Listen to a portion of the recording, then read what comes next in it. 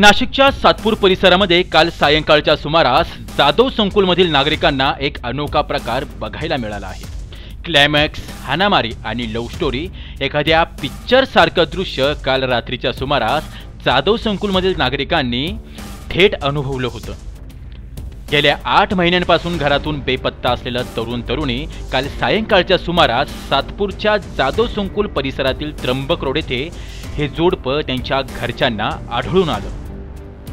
आणि मग काय, घरच्यांनी चांगलंच ह्या प्रेमयुगलांना रस्त्यावरच धो धुण्यास सुरुवात केली। मात्र जेव्हा आपल्या प्रियकराला आपले घरचे जोरदार मारहाण करत असल्याचं बघून प्रेयसी सुद्धा घरच्यांना विरोध करत आपल्या प्रियकराला मारहाणीपासून बचावासाठी पुढे येऊ लागली।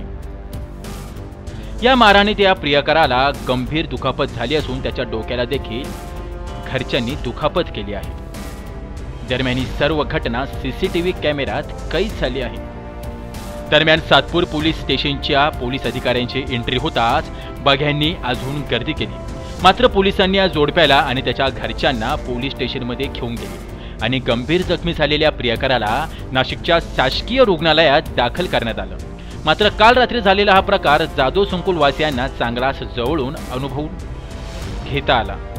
जणू की काय एक तुझे किल्ले या चित्रपटाचा अनुभवच त्यांनी थेट अनुभवला होता।